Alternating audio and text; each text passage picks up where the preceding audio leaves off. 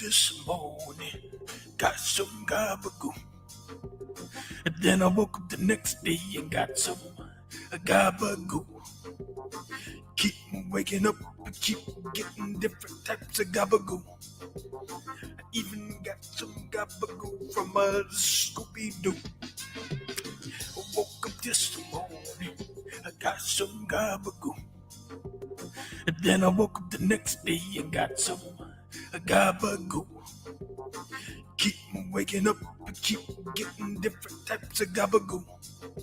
I even got some gabagoo from Scooby-Doo.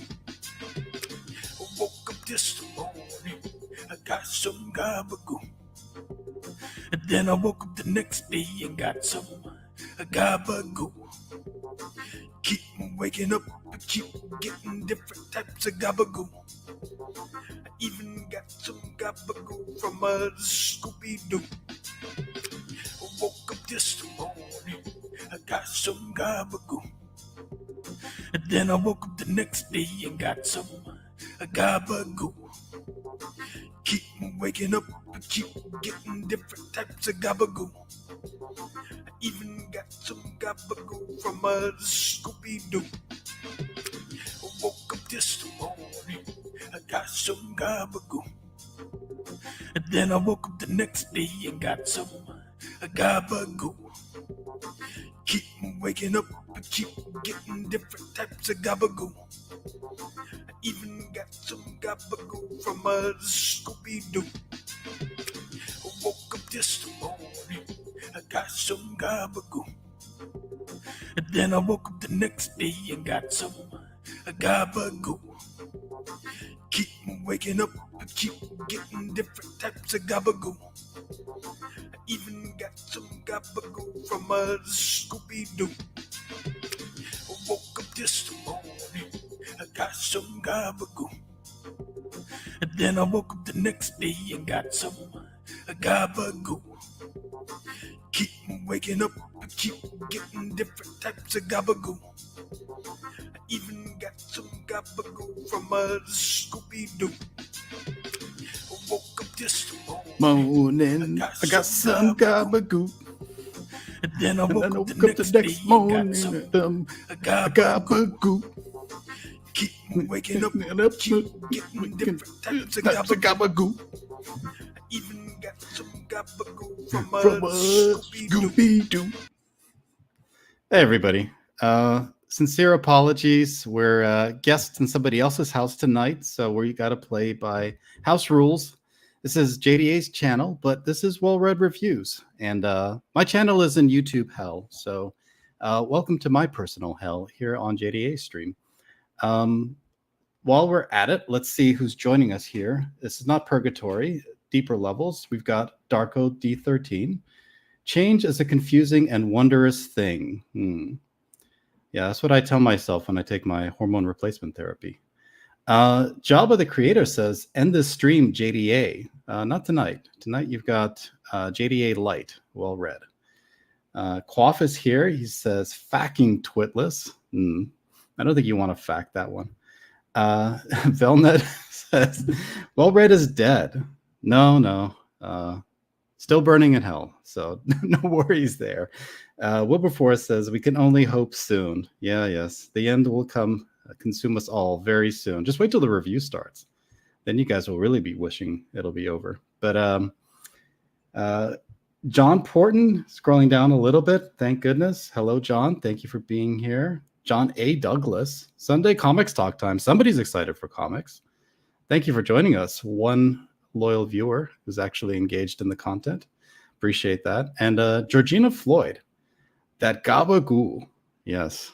Cider's gabagoo, apparently. But with that, we've also got joining us way down below, even. I didn't notice you. Sorry. Middle Earth Storytime. Hola. Greetings, Edwin. Thank you for being here. And Aldous. Good evening, all. Good evening, Aldous. Thank you for joining us. We actually have a version of Aldous, an alternate version of Aldous, not the chat version. Something more real and organic that we can all relate to and possibly touch, but only with permission, only with consent. Please welcome to the stream. We have Aldous, of course. Good evening, Will Red. Thank you for having me on. I'm honored to be here in the ninth circle of hell. Yes. More so, not because of you, but because Kelsey is going to be blessing us with his presence and classing this joint up. I do have a quick question before you bring the rest of the guests in. With the Writers Guild strike going on, who's writing your monologues?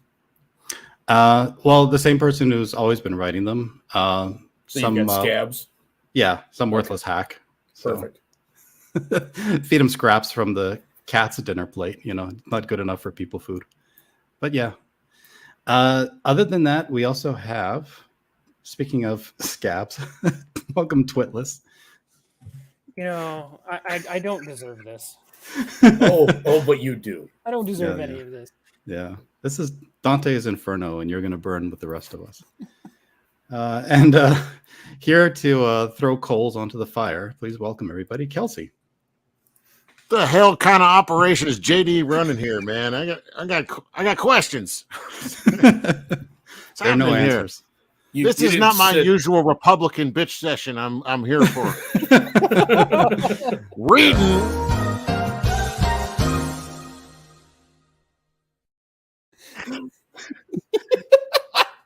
I hope you didn't sit on the couch in the green room, Kelsey. Oh no! Oh, it's squishy. Ugh. Don't touch that couch. Stay away from it. It's a weird room, too, with just that black couch and the desk. The smell. Is Kelsey launching his own book soon? Asked Edwin. For sure. You read that wrong. It has to be aloha. Is Kelsey launching his own book soon? Absolutely, I am. Yeah.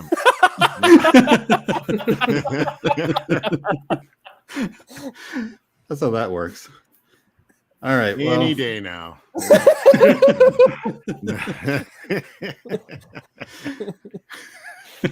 I agree with Darko D13. Kelsey is too good for this, but he's here, so. Yeah. He's slumming it, Well, I mean, look, I come to the slums quite often. I mean, I buy my weed from here. I mean, this is I feel comfortable here. I like I catch Well Red's evening show sometimes with his ambiguously gay and socially confusing youth music that plays. Oh yeah. Wasn't aware there was much ambiguous. I get unzipped for that. Yeah. Yeah, I buy my weed from Finatra. I'm at home here. This is where spend a lot of time. Now we know. And knowing is half the battle. This is way more production value than we usually have on these. I know. Well, he got Cider in the back there. He's handling duties. So duty. Wilberforce quality entertainment. Wilberforce points out there's too many writers. That is true. We are writer heavy. Unbalanced is the force. Hey, Kelsey, welcome to the slums, says the cloth. Pretty sure Dark Give has a song for this. It's got like all of the lines of "Welcome to the CG slums," "Welcome to the CG slums," the slums. It's great. Have you heard actually the CG slums song, Kelsey? I saw y'all trying to put it together, but I haven't seen the finished version. No. Yeah. Well, there's a version out there that's kind of finished. I think there's going to be more upgrades to it. Have you rapped over it yet? Aren't you supposed to rap over it? You are a loyal viewer. Wow. Yes. I'm embarrassed now. I better watch what I say. Keep putting my foot in my mouth. I'm taking notes. Keeping lists. Hot Widow Elasmat says, I'm currently making edits to the video version now. He's making idiots. Nice. Yeah, making idiots of us all. So thanks for that, Elasmat. You'll notice we're avoiding talking about the comic. Yeah, exactly. Let's just keep dragging this damn, out. I thought you were good cop. What happened? He is. That's all right. Let's bring up the campaign. So I'll share my screen and we can get started doing our duty here. The reason why we're all gathered here tonight. This sacred... I'll be right back. No, seriously, I gotta pee. I'll be right back. That's old pro knowledge right there. That's just what Dad said. We never saw him again. It's just stepping out for some seconds. Yeah. All right, let's take care of some business here. We're here talking about Mythicals. This is an advance review, so we did get a preview copy from Hojo. It's going to be spoiler free. There are some key points in the storyline that Hojo asked us to avoid, just to make sure that the backers, once they receive the book, there's still something scintillating waiting for them once they flip through the pages. But the campaign has been funding for some time now. It's got 179 backers. It's already raised $6,600, so it's not too shabby, in demand, and 24 pages. And the entire work is Hojo's, from writing to art duties. Am I correct on that, guys? No, you are not. Oh, okay. I You forgot did what not art even. is. You didn't even open up the PDF he sent you. No, I don't read the books, guys. What? Again, I have On to brand. reiterate. I don't want to lean my questioning in any direction whatsoever. There's no bias from me. It's a nice way to put you don't know how to read. Yeah. And I never I'm the well-read learned guy to who doesn't read. know how to read. No, this was created and written by Hojo. Pencils were by Thomas Tickus. Inks by Everson Lirio. Colors by Diego Albuquerque. And letters by Rick Joseph. Edited by Piper Steed. Cover was by Dan Dahl. Variant cover by Peter Gill. Nice. Which is all covered on the second page of the PDF. Congratulations, you can read a credits page. Okay, so we're going to do that. How are we? I had to preempt you this time because I knew it was coming later. We're starting early, are we? Okay, here we go.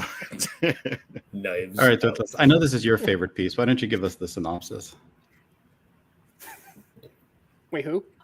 Twitless. This Oh, is okay. There's no your time to novice. shine. Oh, whoop-de. Too late. Okay. Nancy Moon is on her way to what she thinks is just a job for a typical government alphabet agency, but she gets more than she bargained for once she steps through the looking glass into the world of Level M, a task force tasked with beating back the darkness with a mixture of both violence and charm. Find out what mysteries lurk behind the veil in The Mythicals. Can we start Kelsey, off right there? Okay, yeah, go ahead. The task force tasked? I did that on purpose. Really? Really? Hmm. I expect more, Twillis. Kelsey, would Not you like to much, give us but a the little bit. real synopsis now that Twitless has bungled it? So, Oh, am I made to where is this? Should I have Would it you- open? just give us a general overview of what you thought the book was about. Oh, it's about a young woman who's getting a job at a clandestine sort of government operation to do what she doesn't know, and there's some mysteries. I think, That ins- yeah, did I get it right? Is that Twitless. 10 out of 10, way better than mine. All right. So it's gonna focus around a single protagonist, this female character who's entering into this secret agency. Nancy? I remember her name. She have powers because there's a lot of people with a lot of glowing things going on. Is there some kind of central theme here? Is it superhero? Is it detective? I think the best way to espionage? put this in terms of genre is to say this is very much kind of like Men in Black, but with kind of like monsters as opposed to aliens. That was the kind of setup and vibe I got from it. Okay. So how did he execute that? Is it mostly just going through training, or do things pick up their pace pretty quickly throughout the story? Twillis, you want to go first? So for better or worse, I'm going to say this is very much a kind of like a first issue, if you know what I mean. It is kind of like a pilot episode for what we're going to get. And I do think it's fair to, as we do, engage in some critique, to kind of, I wouldn't say give it a pass, but to kind of acknowledge the fact that it's difficult to launch a new series, especially in 24 pages. It's a challenge. So I think that some of the rough edges that this book does have, which it does have, we can somewhat attribute them to that sort of first issue syndrome. I would feel much more comfortable judging the series more once you get like issues like 2 and 3, because that's when you're like, oh, this is not just the setup, the intro for the story, but like what the story is. This is very much an introduction, and it doesn't get a whole lot, I would say, past that point. Yeah, and 24 pages is not a lot of room. You got to get to the meat of it pretty dang quick. which I wish it did a little faster. I mean, it had all the beats, like you can see where they're going through and where they're going, and it ends with a bang. I just wish there was more. There was a lot of information that was kind of neglected that I wanted to know more about. So I mean, I guess that's a good thing that I wanted to know more, like, about what was going on. So right. No, it does certainly bring up questions, and the more you flip through the pages, the more questions you have. In some instances, like Kelsey said, I think that is a positive. In others, it becomes confusing because you kind of get lost in your questions.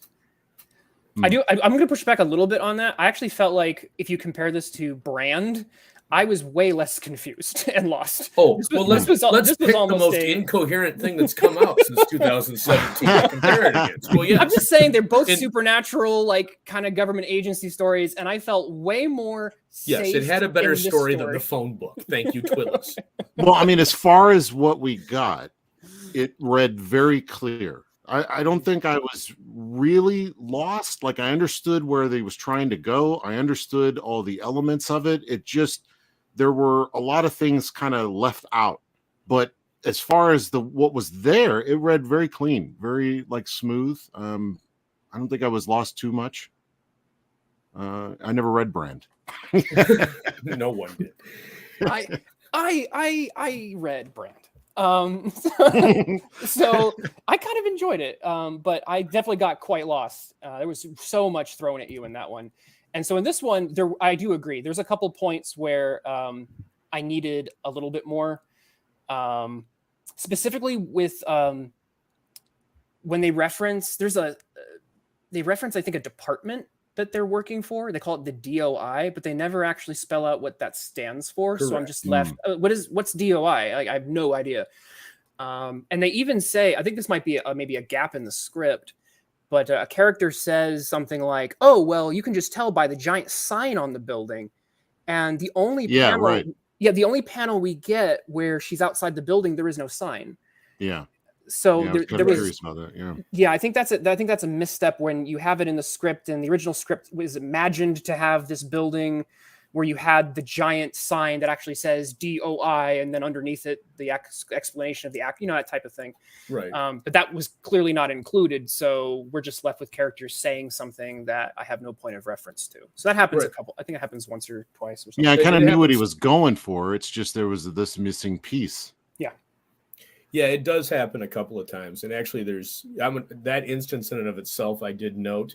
It's just he's kidding. We're hard to miss. It's a giant sign.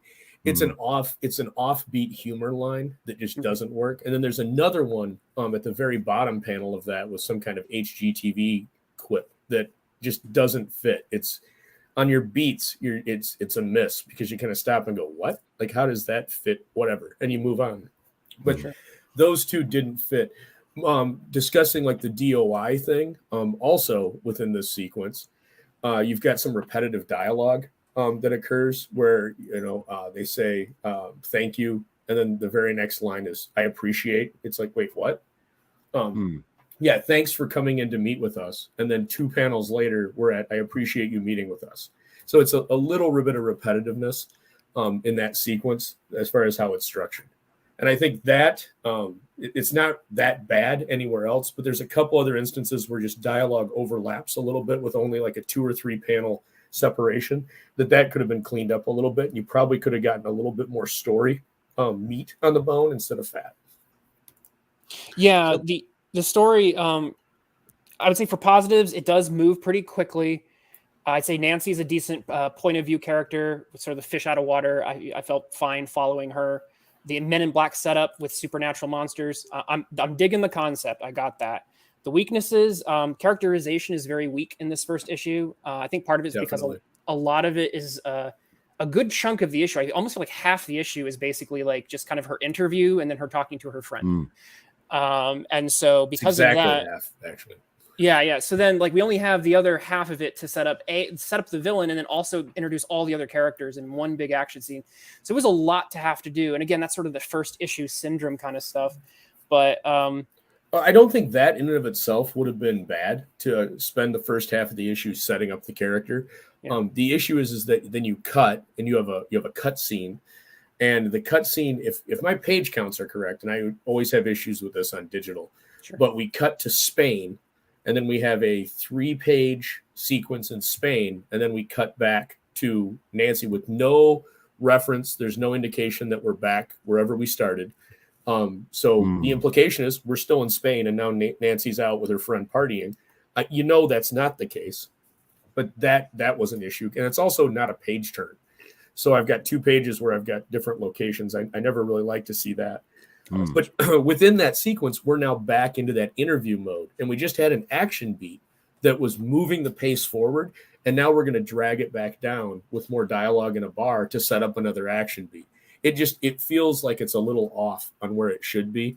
And that, 2 pages, 2 pages lead into that action beat probably could have been done a little bit better. Well, I mean, to mention that scene in Spain, I actually thought that was one of the better parts of the issue. That is, I agree completely. Those 3 pages, it's pretty good. The dialogue of the guy worked really well. The priest. I didn't understand the other guy because he's speaking Spanish, but right. Well, actually, there's an issue there too. In panel 1 of that sequence, he's speaking English. He's no, someone help me. He's in Spain. The next time we see him speak, he speaks in Spanish. And then the bad guy talks. And then the next time we see him speak, he speaks in English again. We don't ever see him switch back to. So the Spanish felt out of place. If Spanish was his native tongue, you'd assume that as he's running in peril and scared, he'd be switching back to his native tone. That felt odd. The art was good. The panel progressions were good on that 3-page sequence. I really liked it. Yeah. If anything, I would say it almost felt like this came before, and then we built the rest of the story around it as far as the issue goes. I am going to call out one thing because I'm going to be a jerk and say that editing wise, this did start to irk me a little bit. There is some comma issues. Yes, there are. In this book. So just as an editing point, didn't notice. You got to watch those commas with interjections and such. So it started to get it started to lean a little more on the sloppy side, in my opinion. Can we maybe rewind a little bit and go back to the beginning? Because I Absolutely. thought, yeah, I mean, first off, I like the art. I thought the storytelling was very clear, at least as far as what the artist had to go with. I thought it was good. I think the coloring is really good. But the first page, we start off with this one panel dream sequence that is not explained and is not paid off in any kind of way. Yeah. So, and she wakes up and she's like, oh, what a great way to start the day. I don't know. There's the guy in the TV set still, the baddie, in the static of the TV. But there's not a lot of reference to what that is. They bring it up later in her interview where the guy is like, I heard you had some unpleasantness or something. Let me see if I can find the scene. That was a reference to something that happened in the past at I would assume a fraternity house when she was in college, because she changed her major after that.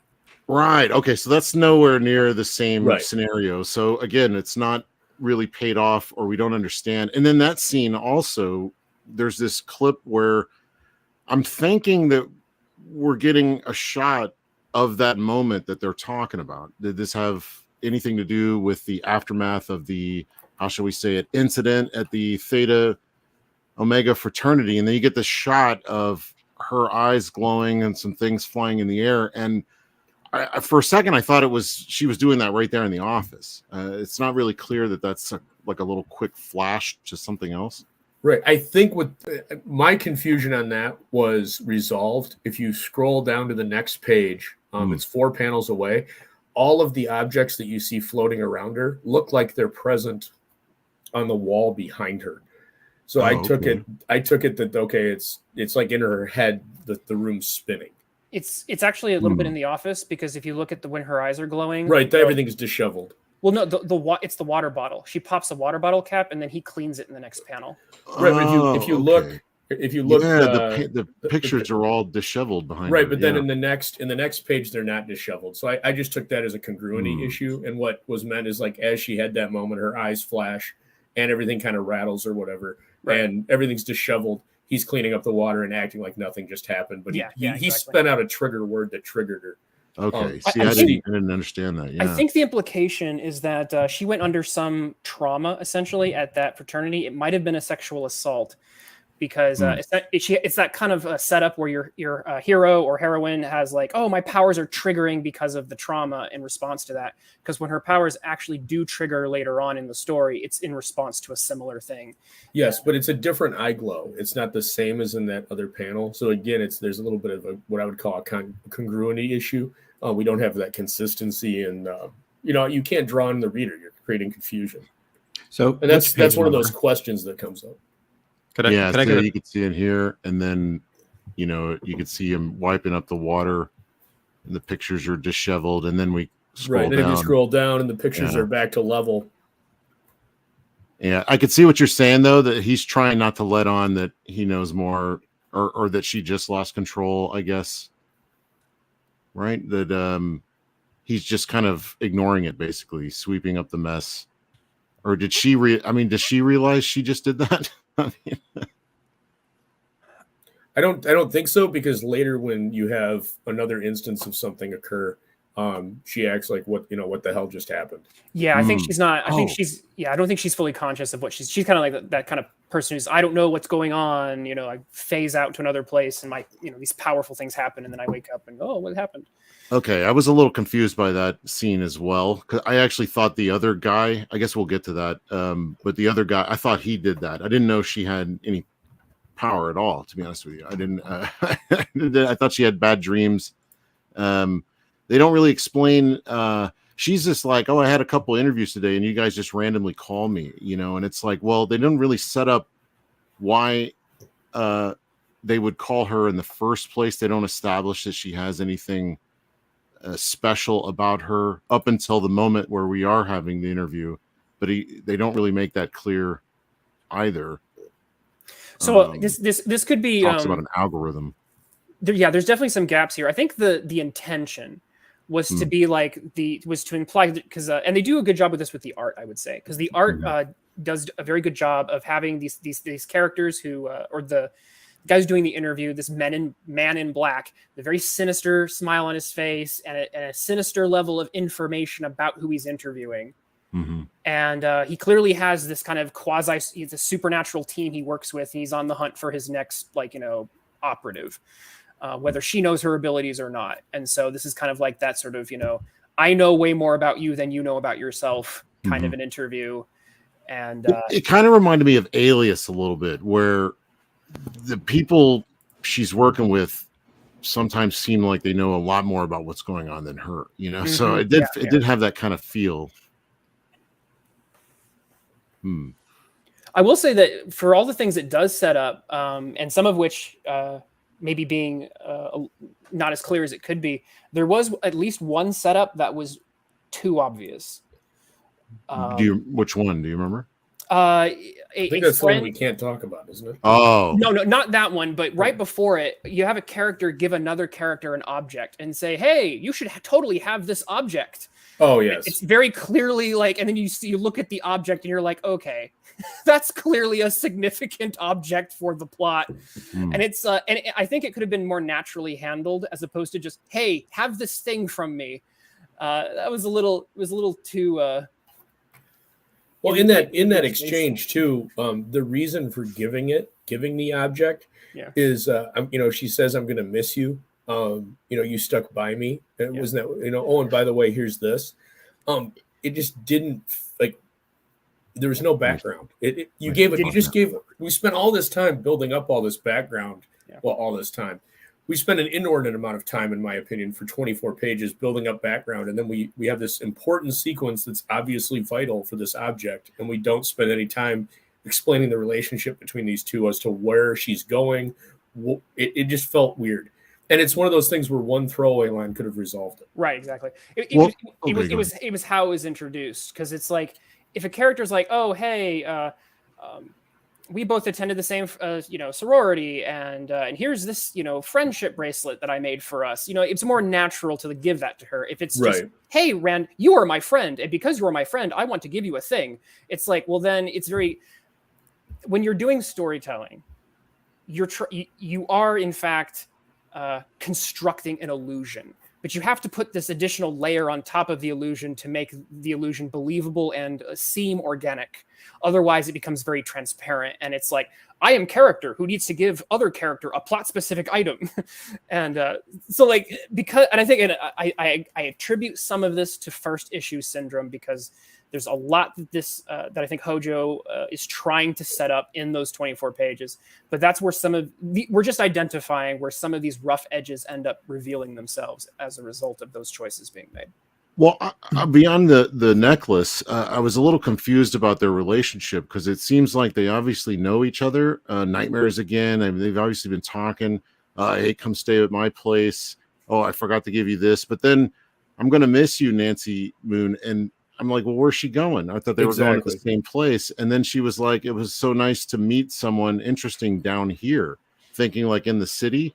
So like they just met, it seems like. So I'm getting a little confused of whether or not they knew each other from this event in college, like you're saying, or if they just met. I don't know. I think it was what he's trying to do, and this is part of the issue with the dialogue sequence, is he's trying to insinuate there's a past relationship, but because of how the conversation is structured, and again, it's the entire page is built around the one moment of handing off the item. So the dialogue doesn't fit with that because we're rushing to get to that. And then once we get to it, it's like we don't know, okay, now I don't know how to close it out. So you get it feels fumbled. I think that would have been working better if you would have layered that, just a little, oh, you can come stay with me. And, it's going to be, I'm going to miss you when I have to leave next week, and just little throwaway lines, 2 or 3 could have really resolved, because this goes on over 2 pages. Mm-hmm.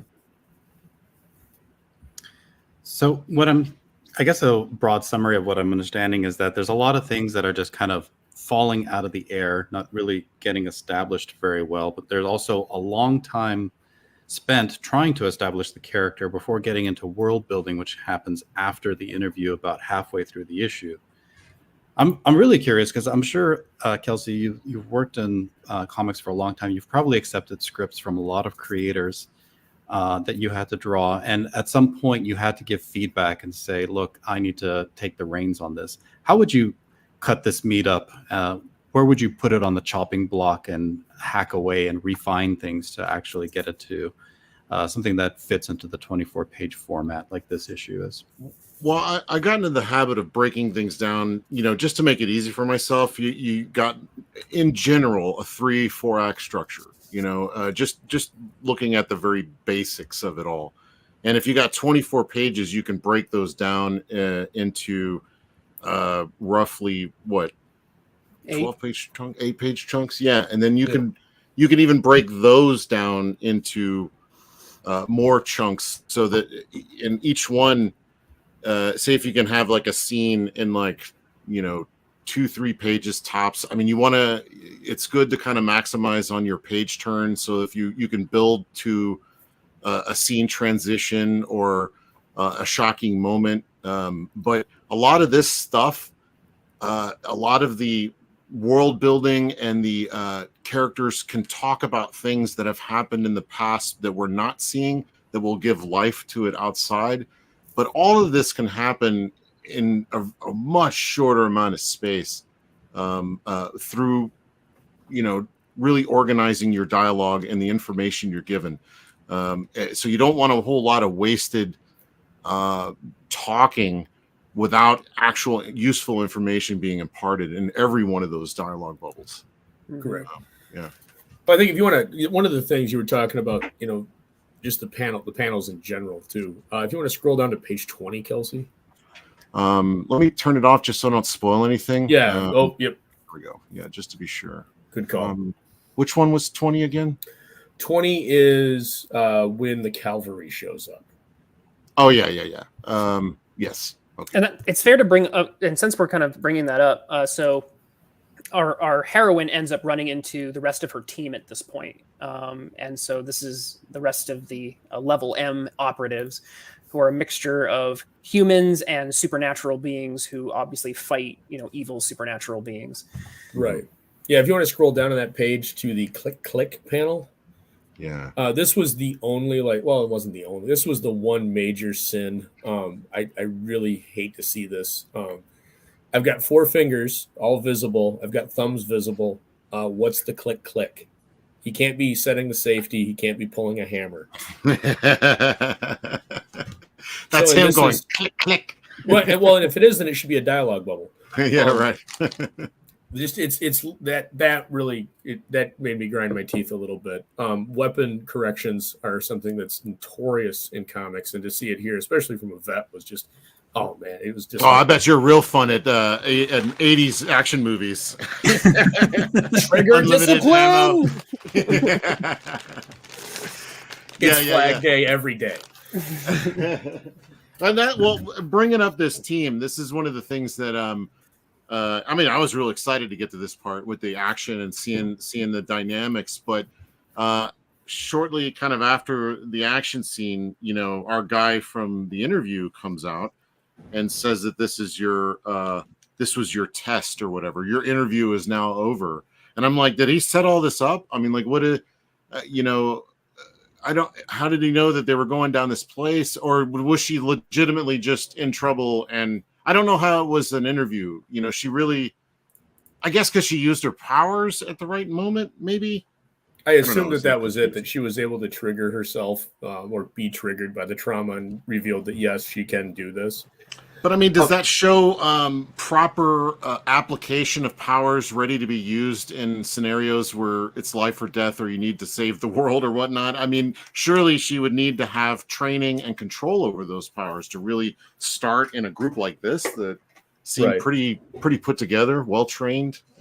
Yep. If you want to zoom out on this, I have a compliment and a suggestion for Hojo moving forward. On this panel, on the panel that's immediately to the left of it, you have the zombie, and it's got this great fractured. They utilize the dialogue bubble as part of the gutter line. Yeah. And it's not static, right? It's dynamic. It's fluid. Man, for all of your villains scenes like this, you should be using this. This should be your calling card for when these people show up. That you're doing that style, because it really works, and you didn't use it elsewhere in the book. I thought that was a little bit this was great to see. I really like the composition of this page. It's just the click, yeah. And then this little aspect over here that's done on the zombie. It was a real bummer that it wasn't done later. Also, because it never stops.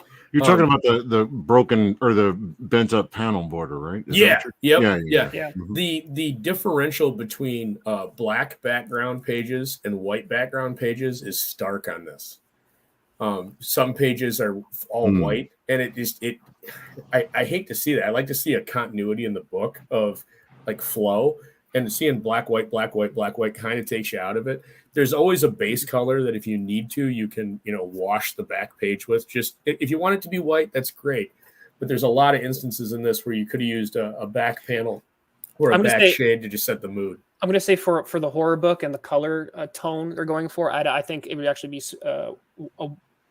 for the genre they're going for, which is kind of this supernatural horror. It probably would be fitting to go with a darker background for those pages as opposed to white. I mean, you could use it in story appropriate modes. Like, I mean, when she's in the interview, you can lighten it up by having a more traditional background with the white and the borders and stuff. And then when things get messy or scary, you can go to black. You can use all that to your advantage. No, for sure. And that's one of the issues, is that you are at a white background up until you hit the interview. And then for no reason, we switch to black, and then you're back to white, and then you're back to black, and then you're back to white, and then you're at black for the Spain sequences, which again, those 3 pages really work. I liked those. Then when we're at the bar with her friend, we're back to white. Then we're in the park, white. And then action sequence starts, and now it's splash page with black background, and then black background, and then we're in the middle of the fight, back to white with standard panel border. That might be the artist's choice on that one. Well, So, but that can be yeah. fixed. That should be corrected by either editor or pre-press or whatever. That's easily corrected to just wash the back away. Mhm. But the other miss here was like on page 21, the page immediately following this, we just had a really nice panel layout, and we just go to standard square panels. It's like this is an action sequence. You just set the tone, and you're taking me out of it by breaking the flow you just had. I was just about to bring. It sounds like we're transitioning to start talking about the art, and I did want to bring that out as a weakness of the art.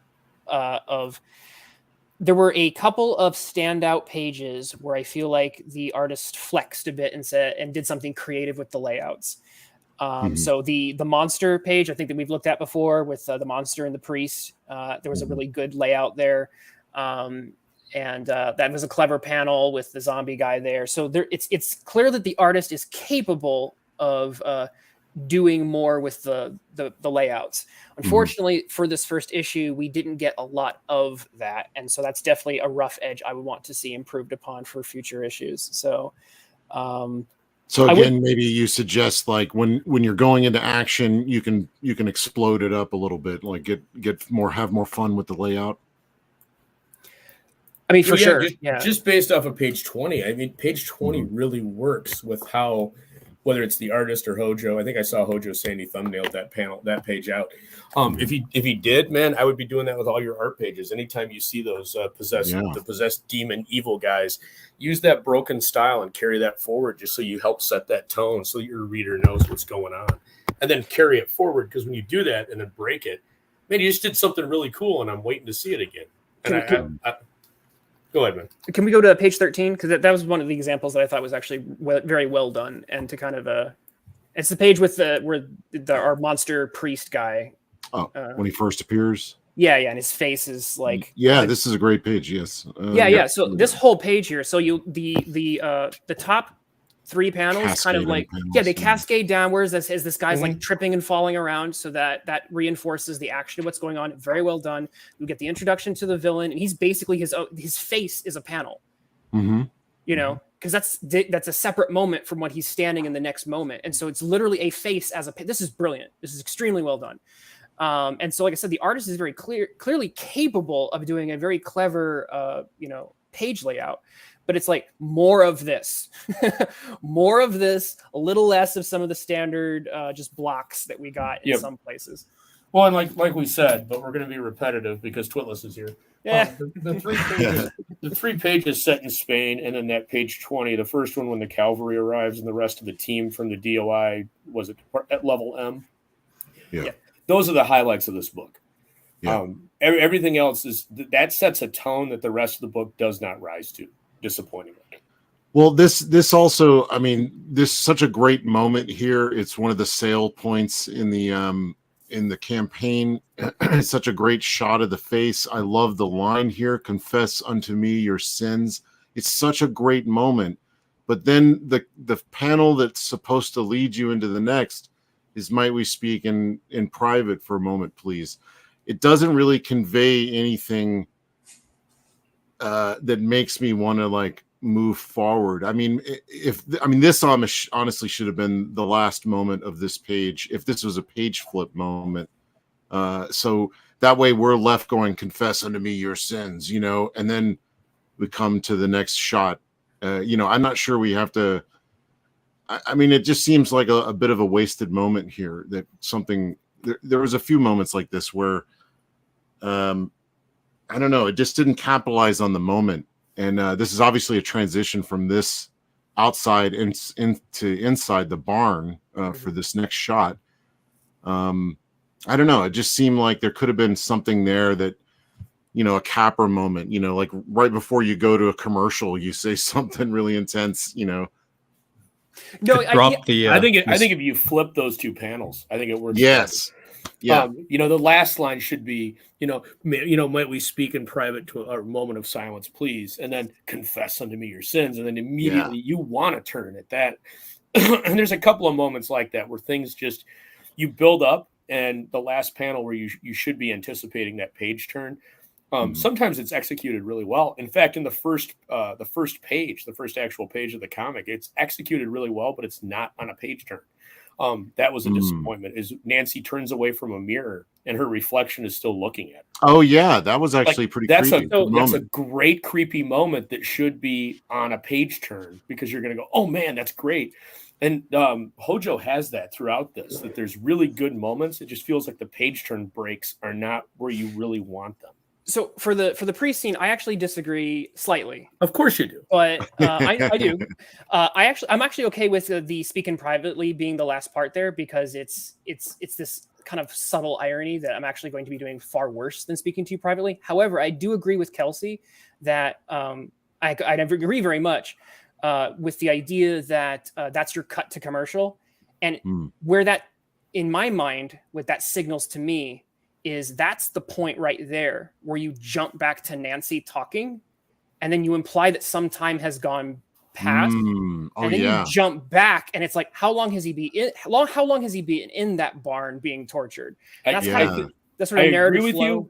I agree with you, but for one, by the way, I also would like to point out with an asterisk that by agreeing with Kelsey, you're agreeing with me, because I agreed with Kelsey.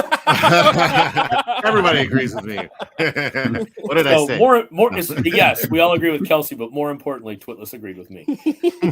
But to your point, that would work, but then you would be forced to burn, in my opinion, 2 more pages on that interrogation sequence, and I don't think there's enough meat on that bone that you can do that with. So for a pacing, thematically, I might agree, but for a pacing issue in this short of a book, I don't think you can afford to do that. That's fair. And that is one of the things that I definitely grant to Hojo, that when you have 24 pages, you are telling a story on a budget. At this point, it's literally a panel budget. You have an average of 5 panels a page times 24.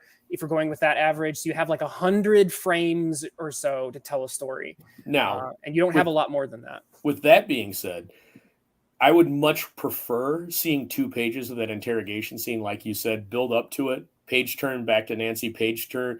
Maybe you build some of Nancy in there, and then you page turn 4 pages later back to the interrogation, and it's in process. That would have built that momentum, and you could have easily gotten those pages by cutting a page or 2 out of that whole interview sequence that felt like a CW episode. I'll bounce off that for a second and say that another way this book could have been structured that might have worked pretty well is just because there's essentially 2 interrogations, right? And to actually basically weave both of them into each other at the very beginning. That could have worked. And then have them diverge. Because right now what we have is we have one interview, and then it's like pause, go into another one. Whereas if you had set both of them up at the very beginning, you could have kind of weaved both of them in, and that might have allowed for some different, I don't know. It's not the first seal, but it might be the second seal breaking, because I do agree with you. So we've got 5 left before the world ends. Okay. Did you find any strengths or weaknesses in the sequencing and the way the story was told through the art, Kelsey? What was your impression there?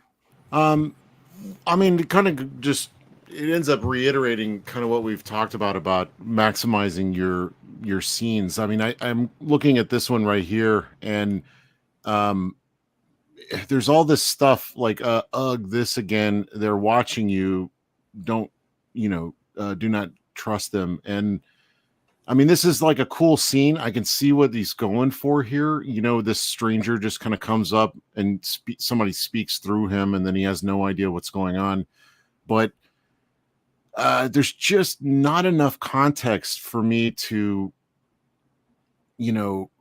this again. I mean, I don't know. It's just, there's so much not set up. And I know this is a setup, right? I mean, I don't know what I'm saying. Just the, I don't know, like if they'd have talked, like maybe if her and her friend talked about it. Like I just saw this movie called Men, terrible movie, by the way, but there were some great interactions between her and her friend where they're talking about stuff that's happening that we don't see or has happened. So it's building on a history that we're not seeing. And I think that's one of the things that's lacking is, like, I could see that there's like elements of things happening, but there's never really like a payoff or any kind of understanding, or even, you don't have to explain it right away, but we should start trying, and the reader should start trying to put the pieces together, like, so when I'm looking at this, and then she goes to this meeting, and then they, the interview, and then we meet the guys later. Like, are we? Could this be them, or is this the other group? I don't know. I mean, there is a mystery here, but I don't know if there's enough context for me to kind of draw conclusions from. I don't know. What about the setup? What about the setups for these environments? Like, what do you think of the just the perspective that we're being given, and the kind of characterization, also like the details and the design? Do you have any commentary there? Well, I think the art is good. I like the environment. I think the character is consistent. She's cool. I just would like more. Like, I wanted this dream sequence to be like the first 3 pages or something. You know what I mean? Like first page and then a splash and then her waking up on the flip, to really kind of sell whatever this is and to give it context, more context to what happens later. But going to the subway, going to work, we mentioned that they could use that big sign that he refers to later. I like her suit. Everything looks right. I mean, it all looks right. I wish this was paid off a little more. She's clumsy, but at first I was kind of like, what's happening here? Oh, nice to meet you. And I'm like, what is she, dancing or something? But then, she does pay it off here. So I'm like, I don't know. I mean, all this was good. Like I said, I mean, all the elements are here. It just needs like a good polishing of the text, really, and you could truncate a lot of these scenes as well, like this whole sequence with them in the elevator going down. I mean, that could have been handled in like 1-2 panels tops. Yep. So my thing with this, I got 2 notes largely for the art. So one of them is the artwork, the kind of line work in general, and one of them is kind of the sequencing that you just mentioned. Well read. So the line work in general, I would say, is I think it's serviceable. I think it does what it needs to do. I think it's got some rough edges to it. Whether it's the anatomy in some places or the perspective. A great example of what you're talking about with perspective is when he hands her the water bottle. The perspective of the desk versus his leg is a mess.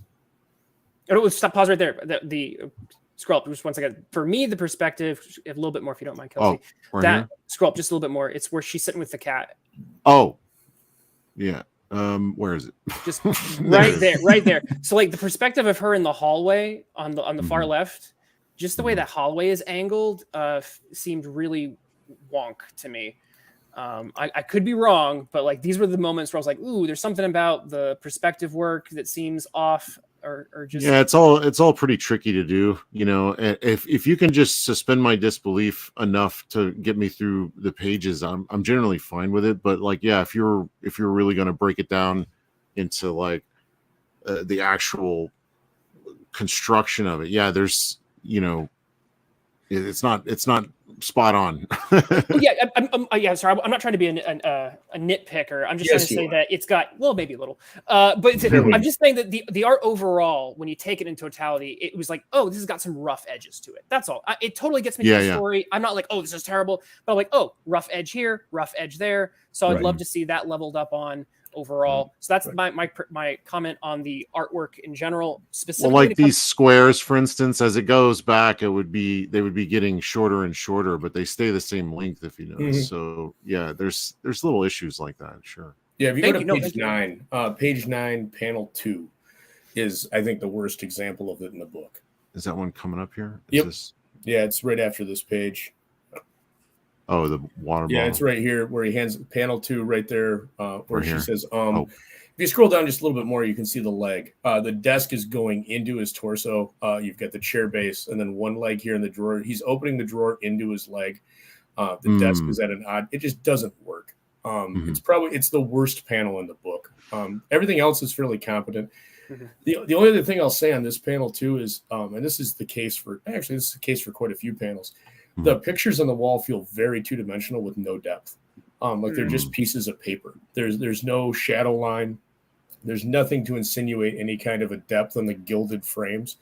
And if you have gilded frames like that, it's real minor. This is super nitpicky, and I'll admit it without being challenged, unlike Twitless, that I'd like to see a little bit, just a little bit more.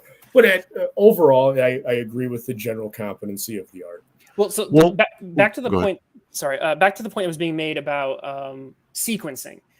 And this bounces off of piggybacks off of something Kelsey was bringing up, is that when it comes to sequencing, which is the series of images that we're supposed to get, there were some gaps or holes at points that I feel like I had to fill that I didn't. I felt like it should have been given to me. And of course, the nightmare sequence is one of those where it's literally one panel of the nightmare, and it's like normally I would expect like at least 2 to 3 panels of like nightmare sequence before Kelsey the wake said up. that earlier. Yeah, right. That's one example. The other example would be in the fight scene, because another thing Kelsey brought up was the fact that a little bit of confusion regarding about how the Nancy's powers work. And I feel like a couple more gaps being filled through panels there would help me go, oh, that's actually her power being used, not someone else's. Those are the types of things that sequencing helps fill in for your mind, where you give just the right amount of panels to focus on those actions in a series. So I think there was like a few instances in the book where that happened. Again, I would say that that's probably down to Hojo in his budget. And it seems that he spent more of his budget on the interview scene, whereas personally, I might have wanted, a little bit more of that budget being spent in that critical action scene, because that critical action scene has the job of not only establishing an additional 3 main characters, but it also has to get through an entire fight scene. And there was just a couple of moments. One of them was when Daniel was using his power, and I wanted like a better closure on how his power either worked and didn't work, and we kind of had to glaze over that. And then, like I said, when Nancy's power starts working, we needed a little bit more to avoid confusion. So sequencing wise, there were some, again, it was rough edges. Right. On the complimentary side, Jesus, I can't believe I'm about ready to give a compliment. How dare you, sir? If you go to page 21, I did like how the lettering was done. It breaks the gutter line at the top panel, and it's the conversation between Daniel and I think it was, what's his other name? Lucas and Daniel. Page 21, panel 1. Is that when the team arrives? Right after the team arrives, right after that pad. This one. Yep. It's a conversation. It's that top panel. If you scroll down just a little bit more, the relax that was just getting his attention. And then you've got a comment from off panel, which works in this instance because your next panel is the association of the reverse image. I talk a lot about this with a lot of guys that like Savage Sword of Conan did this really, really well in all of its action sequences for the first like 40 or 50 issues, is that they use a reverse sequence. You show one side and then you show the other. And it's a great pacing to get placement for characters. And in your mind's eye, you can understand what's happening because you're showing what the images look like. It was also a great character moment to have the vampire just leaning up against a tree. I liked that. Yeah. I got something. Let me scroll back up. I don't want to do any spoilers. So let me back up here. When you're talking about sequencing and kind of, we're largely talking about like maximizing the potential of each page, if not each panel and each scene. So if you're going to have a scene in here, and I like the idea that you're having parallel action, meaning they're talking about one thing and doing another. And that's really cool. But this is so focused on this water bottle. I thought it might have been like he was going to like drug her and she was going to wake up somewhere else at first. There was so much emphasis. But if you're going to do that, it might be helpful to see the water bottle in the drawer, the water bottle being handed to her, and then her with the water bottle. That would complete at least that story beat visually. But they're talking about, criminal justice and what she believes in, right and wrong, these sorts of things. I mean, I keep bringing up movies, but in The Quick and the Dead, there's a great scene with the lady and the guy, the bad guy, and he's like, I forget, what's the actor's name? Gene Hackman is like carving up this apple with a knife, and they're talking about his previous wife. And as he gets to it, and she's like, and she was unfaithful. And then what's her name is like, well, what happened to her? And he's like, I said she was unfaithful. And then he cuts the rest of the rind off of the apple, and it's like a visual metaphor for kind of what he's talking about. He obviously killed her, or because he was a bad guy. So when your characters are doing something visually, it really should lend itself to the subtext of what's going on. So anyway, yeah, I think the main point of the water bottle here, which it would be much cooler if it had greater subtext, but I think it was just, I need to establish that she has a water bottle so that when she uses her ability, it can spill and then he can clean it up. Yeah, and that would complete the overall story of because that is what's happening, but it needs to be made very clear, visually. Like, where's the bottle here? I mean, I didn't really understand this part at all, honestly. So, what was funny is because they're talking about this thing that happened, possibly a rape, and then all I could see was like a joke, when somebody comes off screen and you just see it fly into camera. Oh, you know what I mean? Like, I was like, is she nutting right here? Like, I mean, I don't mean to be crude, but like, when you juxtapose those kinds of things together and there's no context for it, really, that's my mind wanders and starts making up my own story, Well, now we know what stories you like to make up. Well, I mean, he set it up for me. I just went right there. I guess let's try to bring the plane down a little bit and land it.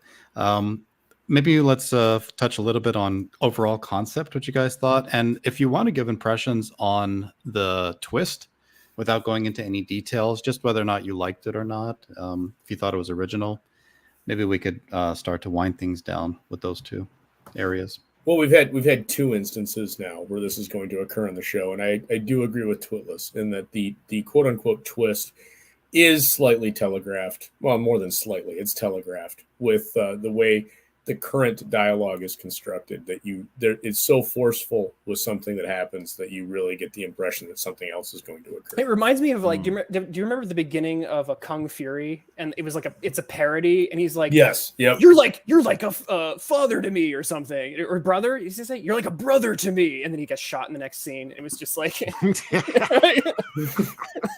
was a little. It reminded me a little of that. It was like. And I get a question with this line. Where is it? Yeah, I was wondering where all right, there you go. There's this great action beat. I like this vampire a lot. I thought this was fun. The art in this is great. I do like the coloring. But there was this funny beat. It actually made me laugh, and I don't know if it was meant to, but this guy who was the guy on the subway, he's like, we have unfinished business, you and I. And this is great. I was kind of into all this. Now, where were we? No, stop, get off me. And now that we've talked about what happened in the college, this has a lot more weight, maybe. Like, if that was a little more clear that was a rape, this would hold a lot more weight to the moment. But especially this line, it will all be over soon enough. Let's get those pants off. And I was like, well, what does that have to do with it? What is he doing? Is he biting her neck? Like, I didn't know.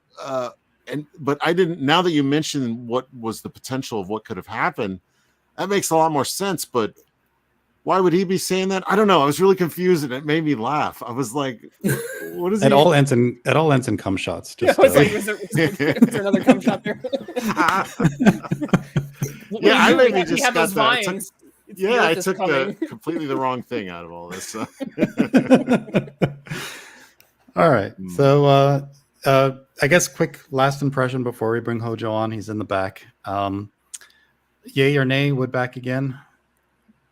What do you guys think? Yeah, there's a lot of potential here, I think. I think, if he takes this kind of criticism to heart, if he, grows, if he knows he's got room to grow and he's willing to do the work for it, then, I think so. There was a lot of competency. I mean, we were going down real hard. And I think we should when people are spending money, on something. But I see a lot of promise, honestly. Twitless, what did you think? Yeah, I was. We're introduced. I think the pitch of the story, which is the sort of Men in Black-esque kind of world, but instead of aliens, we're doing like supernatural monsters. Cool, I'm game for that.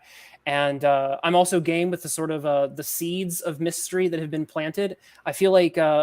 I actually don't feel like too many were planted, like in some other stories that I've seen. The comic has very some rough edges at places, but I think it's a fine for a first chapter. I'll definitely have a much more informed opinion with like chapter 2. That's where I feel like I'm more when it hits its stride. I do always feel a little more reserved when I'm judging like pilot episode, just like with television. The pilot episode is never They're always rough, right? always. Yeah, they're always rough. So I always have that caveat. But for first chapter, I think it's fine. So yeah, no. Bring me more mythicals. Aldous, would you like to bring us home? Yeah, I thought it was an average overall for a whole package. Talking about the book, it's average. It's what I would expect from somebody that is coming in as an amateur and doesn't have any pre-experience. The art was a surprise in some pages, but I think it was balanced out by some of the misses that we talked about earlier. So overall, it kind of everything averaged out to be a mean of where I expect to be indie. It certainly wasn't immediately throw away, but it wasn't one really to remember. I would put it probably at like a 60%. I'm really curious to see where he's going to go with this.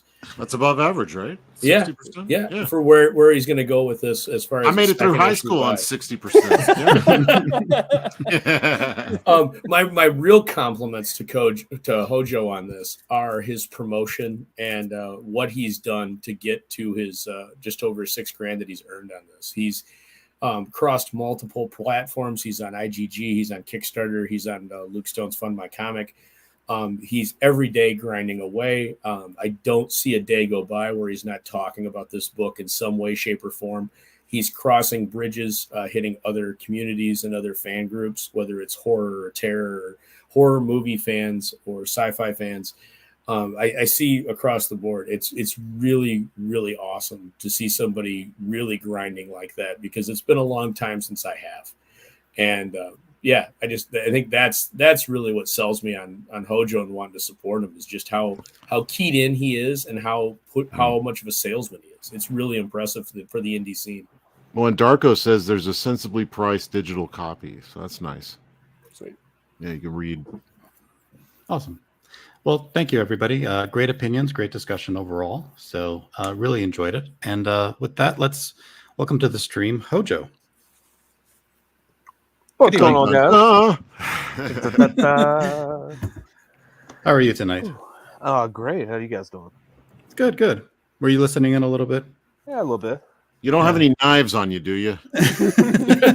Yeah. Pat you down before bringing you into the stream. I have lots of knives. No, thanks for doing this.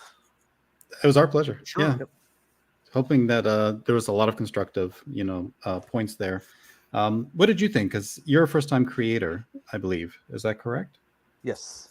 Okay. And did you feel like it contrasted a little bit with maybe some of your own impressions that you had, given that this is your first work? Or do you feel like there were additional things that maybe we didn't touch upon? Well, everybody thinks their shit is great, don't they? No. You never know. You never Especially know. mine. No. You are allowed to yell and scream and throw things. Oh, yeah, yeah. No, I mean, there are a few instances where, I can't say too much. Like budgets, fellas. Budgets on top of budgets. I have an accountant for a wife. Oh, yeah. This ain't easy. Yeah, had I had twice the budget, we could have done the first 2 pages. You could have met the whole team and figured out why everything was said and what was left unsaid. Yeah. So, but like you said, it's that first issue. So are you saying this team didn't work out in the end? Are you guys part ways or what? What happened? What's that? No, I mean, we get there are 2 more members of the group. Well, 3. But you can't do it all in one. And I think, are you referring to the team in the book or the art team or creative team? No, the team in the book. Okay. Oh. But the art team, that's all been it's been squared away. Okay. So, issue 2 has already been in pre-planning for a while. There's some editorial things, like you have to be told no sometimes with an editor. So the comma thing, like I was like Kelsey, man. I got a 55 in English. Yeah. I didn't notice. I'll tell you what, know. Hojo, I didn't notice a single comma misplaced. But not the fuck no. No. So But you were excited to get this concept out there. Like you really felt this story and you believed in these characters. Where did you originally come up with this idea for this book? I did this like in 2005 when I was in the Army. I was out on patrol. I was like, what about some motherfuckers like Monster Squad style to just come up and save the day? And then, I'm a big Indiana Jones fan, like action movies, and like I'm minored in history and like mythology, mythicals. It's not that hard to see where it went that way. So I just blended it all in together. Well, what did you think about some of the criticism, or I say criticism, it sounds so nasty, but just some of the ideas of what we got out of the construction of the story and maybe some of the background that could be added? I mean, what did you think of all that? I think it's good. I'm gonna go back and look at a few things, especially some of the dialogue. I don't know which version of the PDF. I didn't realize there were 3 different versions. I asked them to fix some things, but that could be a big difference. Yeah. So I'm pretty sure I gave you the current version, but I'll go back and look. But yeah, it's something to definitely take a look at.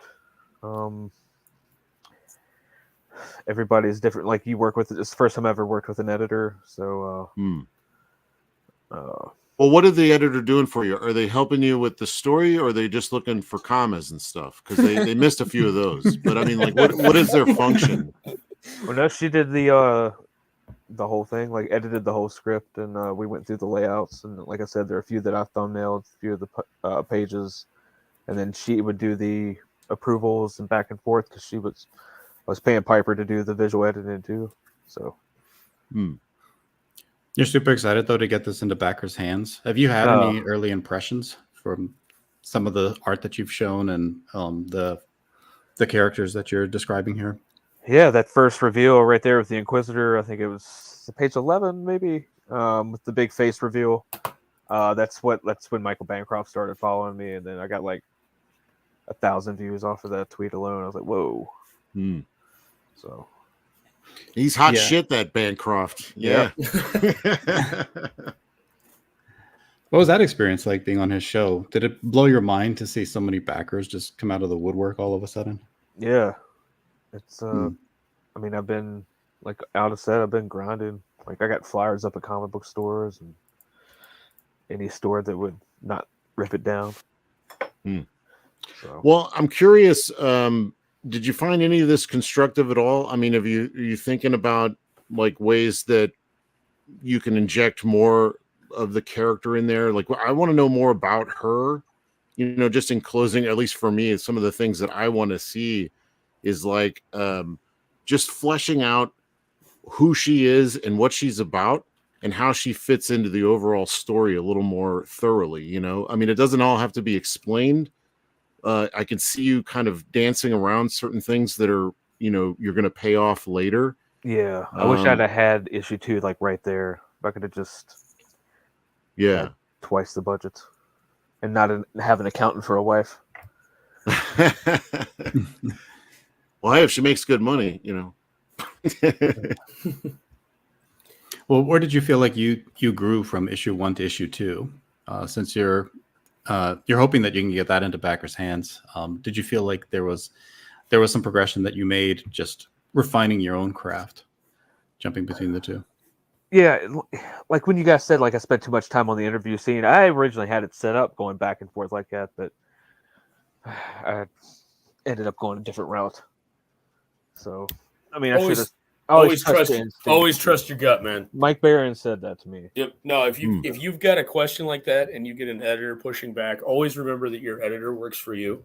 Yeah. And make sure that your final product is what you want to put out, not what your editor wants to put out. Your editor is there, and listen to them. But if your gut's telling you that works, then always go with it, man. Right. It wasn't editor. It wasn't an editor issue on that. I didn't mean to imply it was your. No. I'm just saying in general. No. Yeah. Yeah. Like I said, a lot of problems that I ran into along the way, and in the end, I was gonna say I fixed things for a living. I fixed it. I think there is a possibility that you could recut this and probably still make that work with minor dialogue changes, because you'd want to check that your 1-2 of the interrogation hit with your 1-2 of the interview. So I think if you change some keywords and maybe did a little minor adjusting, you could probably get the layout to work if you wanted to go down that route. I'll see what I can do for sure. Well, no creator is hitting it out the park their first time out the gate. And I think actually No. Tootless emphasized a lot that this is a really good first effort. Yep. So, Tootless, what did you think for Hojo? A little bit of inspiration. What kind of things did you think he was really nailing as a first-time creator, giving an introductory pilot book for a series? I mean, I could definitely tell that you had a deliberate, almost called a grocery list of like, I have to hit this point, hit this point, hit this point, you know, hit these beats. So I could definitely see that. I mean, and as much as it's something to point out, there are creators who don't do this. There are creators that we have reviewed who don't go through that list of I should hit these beats and points by the end. And we end up with stories that have like, they end in really weird moments, or like they get cut off at weird places. And it's like the first installment feels like half a story or even less than half. I hate that. Yeah. So I could definitely tell that you at least had the, you know, the arc of what a first installment needed to do and the sort of map that you needed to kind of go on. Right. And so, you know, and you hit those points. I think there were some places where I was like, oh, I'd like a little more time spent on this part of the, you know, the arc. But overall, like I said, I don't think there was anything that I thought was completely missing. And I don't think the panel thought so either. So yeah, it was just like some rough edges. But speaking of which, and we've been talking about accounting, but I want to hear a little bit more about your process of approaching this budget. There's a theorist I like called Barbara Postema, and she talks about how the heart of comics is working out the gaps, essentially, these fragments that we assemble through storytelling.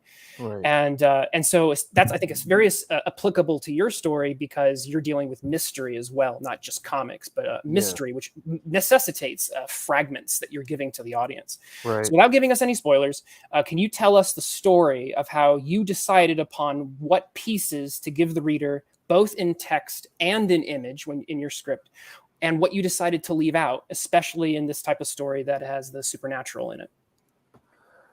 Her backstory, like her backstory is intertwined with like the history of all of this, and it's hard to explain, I guess. Like my process of pretty much wrote this backwards. So like I knew how it was going to end, so it's only a matter of like it's like going back and like you're in recon setting up like a tripwire. You're going from tree to tree, going around and around and around and around until it just gets so tight. And eventually, when the reader stumbles in, they want to know where it's coming from. So that way, that's how I seal off plot holes. Like you might think they look like plot holes now, but they're not. Oh no, I like this. So you're describing the art of storytelling as laying traps for the reader. Is that what I'm getting here? Almost like a staircase that goes nowhere. Like almost, it's not like really a red herring, but even though the staircase goes to nowhere, you still get something, like a little bit of a reward. But like I said, that ain't it. So That's not what you expect. Yeah. Is that something that you're hoping to achieve? You're basically trying to throw the reader off a little bit and then A little shock bit, them with because I used to things. love to do that.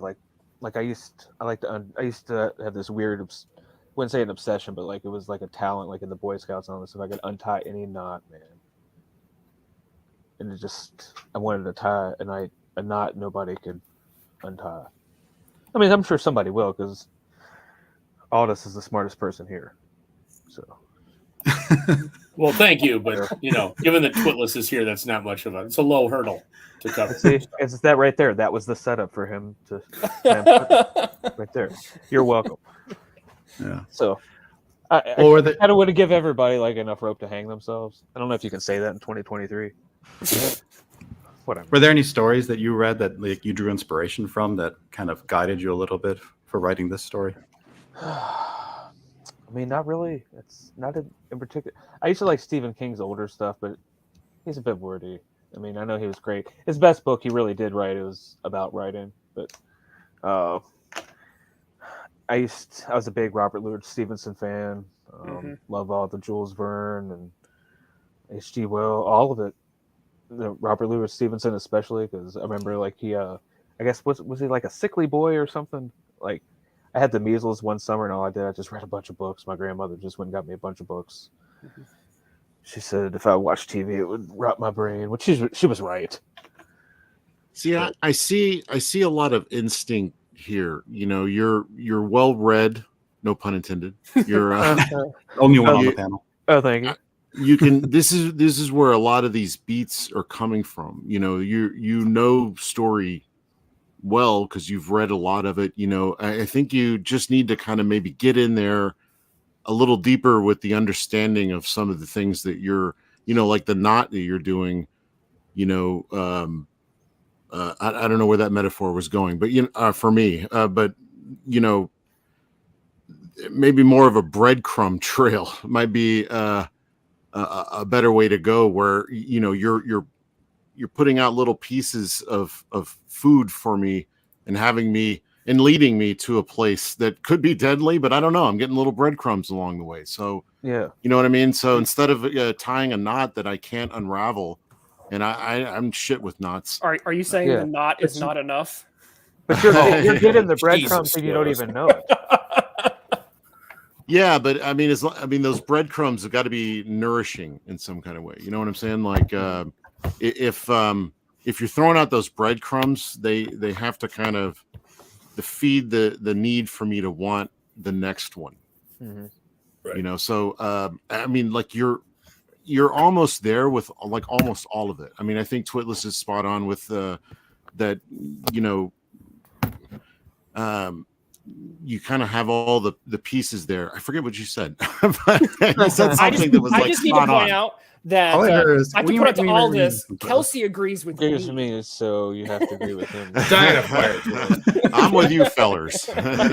He's dancing around a fire and he put one foot in the coals and you're all excited. Let's Well, back off, okay? you guys seem to have a lot of knowledge about this stuff. I mean, Twitless is bringing up shit I ain't never heard in my life, but it makes sense. But I'm coming at this stuff much more from like a gut perspective of like, did it give me enough to like want to know what that was, or did I even register it because was it properly given to me in a way that made me pay attention? You know what I mean? So, and I don't know exactly what that is, but it's just some of those beats just have to be hit a little harder, you know. I don't know. Did that was that any sense at all? I think I tell me if I'm wrong, Kelsey, but I think I agree with you because like J. Michael Straczynski, Spider-Man writer, wrote a bunch of comics, including also did Babylon 5. He talks about putting like trap doors in his story because the story starts to evolve. It kind of gets a life of its own. And when you get to certain points, you want to make sure you've got outs where if you've got things headed in a certain direction, if the story starts to evolve in one way, you want to be able to self-correct, if at all possible, and be able to jettison something or someone and make it still fit the overall arc. And I think what you've done here is you've established that really fairly well. I think your understanding of what your material is and what your story is, it really comes down to your utilization. For me, your utilization of 24 pages. Like Kelsey talked about earlier, breaking it up into those 8-page segments. It doesn't seem to work. I think if you would have trusted your gut and done that investigation or interview and interrogation sequence as a pacing thing. Yeah, I originally had it almost like an episode of 24. Yeah, and I think that is your pacing. I mean, even without it, your pacing is good. It's a quick, engaging read, but there's moments where it breaks out of that. And I would say your trailer is a good example of this. You have a tendency where I think you want to try to make things a lot different than what is in the general audience. And that can work, but you want to be really careful not to be trapped by that. Right.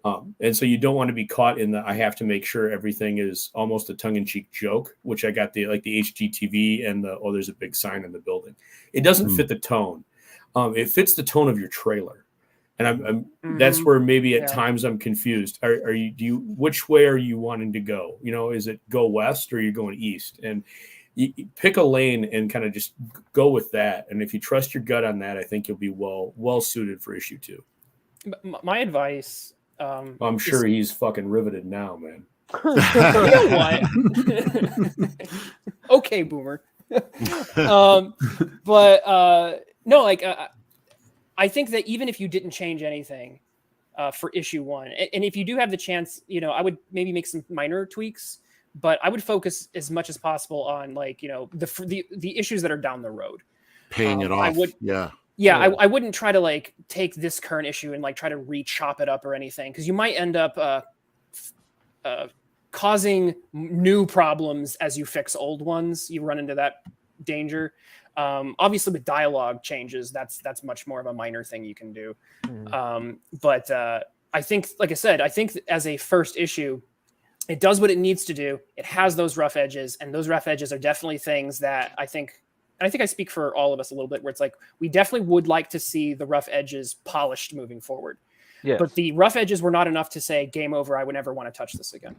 Yeah, well said. Right. Well, We have to Yeah, and I talk just about want to your point out over-complimenting the Twitless, Kelsey. I just want to point out the Twitless that all disagreed with me.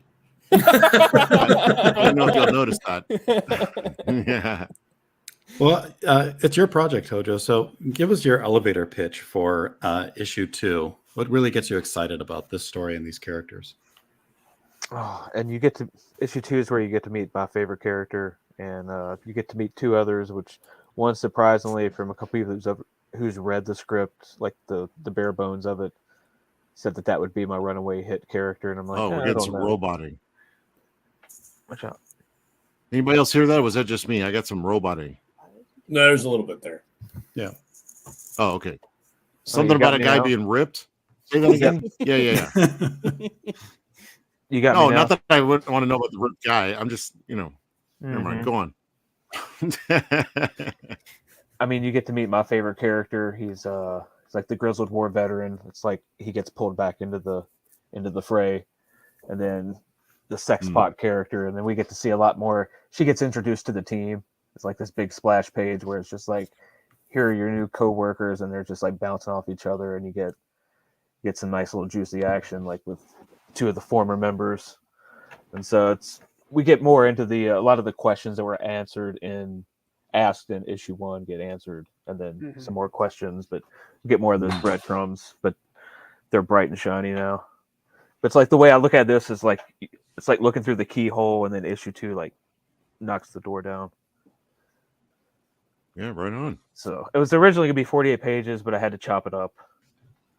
Budgets on top of budgets, and then they have budgets, and then they have no budget at all. And then I drink a lot of beer.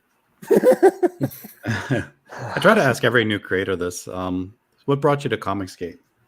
How did you discover us, and why did this become your preferred outlet for releasing your project? Oh man, I mean, just everything was subpar, like across the board. Like character development, art. Like some art was okay, but they won't let they'll just get cover art from certain people. They won't let them touch the books, and just agendas, and I mean, that's the same story. Like lack of freedom, lack of, you don't think like us, so you're not one of us, so you can't play here anymore. Like these are like, you're trying to take these characters and try to work out whatever psychological bullshit you have and try to say that I don't belong anymore. Like, dude, suck my ass. Okay. Like I had this story a long time ago. I told this so many times. We're going to submit to CrossGen. Came back, they're out of business, and life happens. And I came back and I was looking at my terrible sports team for football, which they might not be so terrible soon. I liked CrossGen. That was a shame. But yeah, so I saw Ethan Van Sciver trending, and was like, oh, I know that dude. And I was like, comics here. I was like, what is this? I saw a few things. I Googled it, and I was like, oh, well, this is all bullshit. I know what bullshit looks like. So I came back to you guys. We're just having a good old time, and it's like a 24/7 comic book shop, and there's something for everybody. It's freedom. It really is. It's like you answer to nobody but your bank. You can, you can make it or break it on your passion, your drive. You have to want it.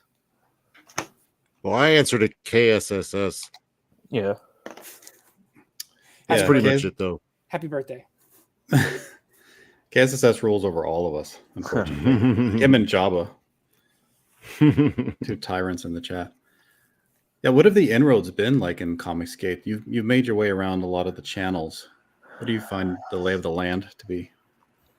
I mean, there's something for everybody. Like if you want drama, it's there. If you don't want it, you don't have to listen to it. Just mute it. It's everybody has been pretty. Just don't be a dick, man. Like I'm not a dick to anybody. I try not to be. But you just get by, just talk about shit that you like, and just get in the chats and mix it up. And I wish Well Red was more like Hojo. Don't be a dick, man. What Wow. you mean the inflection or like being a human? I didn't think I was a dick, but okay. Yeah. I will not be a dick anymore. I thought he was the other Orpheus on the other side. No, Well, there's no one speaking to you. According to Jabba, I mean. Teach me your ways, Hojo. How to be less dick like. oh man, I brew beer and I just hang out. What kind of beer? That's an important question to ask nowadays. I can brew it all, man. I don't do sours. You got to have all kinds of like separate equipment for that. And Do you do like trash can beer? My dad used to do that out of like an old rubber trash can. Nope. I got like a plastic fermenter and all that stuff. Yep. Pretty big time setup for me. I built a lot of this shit. Wow. I solve problems, man. I tried to come in here like that's what you guys were doing. Like you're solving problems. Like they So dropped the ball. So what are the chances we get a CG brew? Yeah, I would love to do that. Now we're talking. We're gonna That'd be an have interesting some like a perk. contest like for labels. Can you Our crowdfund a contest for beer labels. like as a perk on one of your comics? Would they let you do I that? don't know. I don't think Probably not, I but don't think you that can would be do that. cool. Yeah, they had like a 21 and over. If you meet up at a location, then yes. Would it's Fund My Comic feasible. let you do that though? I don't think so. Okay. So if you had to pick a beer style that you were going to do a beer for CG, what would the beer style be? It would have to be something like something Full simple, like bodied, right? Oh. Yeah. like an American lager. Something Okay, like that. so you're going down the lager range. That's what I got right now. In the are you going to go with like a pale? Or are you going to go with a Helles? Or are you going to go with a Bock? Or just a standard American lager? Yeah, something like that because that's freedom right there. That's like you can go out there, you can go out there and mow the lawn. Like go fucking dig some fence posts and come back in and just crush a couple of these and then be like, yeah. And then go read a comic book. I wish I was doing that right now. Beer and a chaser. It does sound good. You paint a nice picture. Yep. In both the book and the beer. Mm-hmm. Well, I mean, it was a long time coming, and I just figured like, why not? You gotta shoot your shot. It was really the perfect opportunity. Shitty outlook on the economy. I didn't really took that into effect a little bit, but I didn't know that was going to happen that bad. So we had already gone too far. What are some of the comics that you like to read if you're sitting back and having a beer? Oh, I'm a big Peter David fan. Like I like to click on the old Chris Claremont sometimes, and like I got my Frank Miller panel in on this book, like where he's drop kicking that guy. Like I specifically, I wrote him like it's like 10 lines on that, just that one panel. Like, I was like, do this, just do this. So, I like how Hojo's mentioning every other artist except for Kelsey Shannon right now. Come on. Oh, look, Twitless made a funny. I do enjoy your streams, man. I've been there No, since you day can't one. take it back. No, No, me and Frank Miller, we're up there. It's Yeah. not a lot other than us. Kelsey is the Frank Miller of CG, though. Like, definitely a heart of it. I thought it was like the Captain Lou Albano of Comicsgate.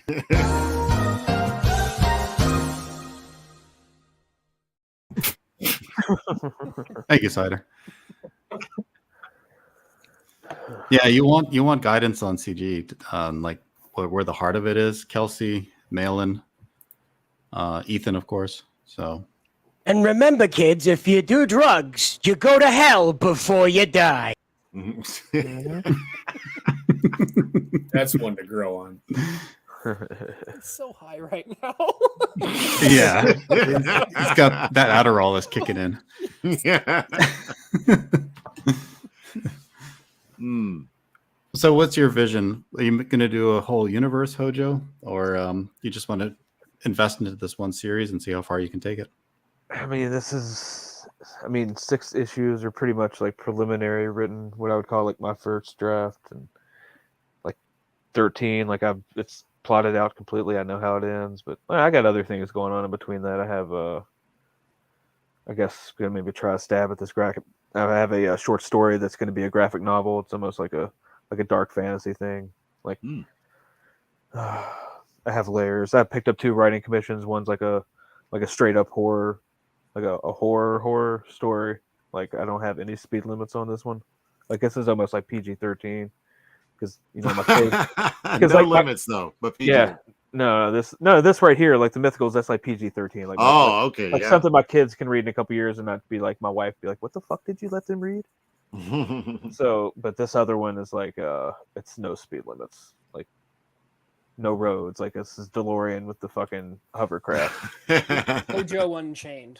Yeah, Yeah. And then another one, it's like a funny book, like I guess like almost like a shit post. So.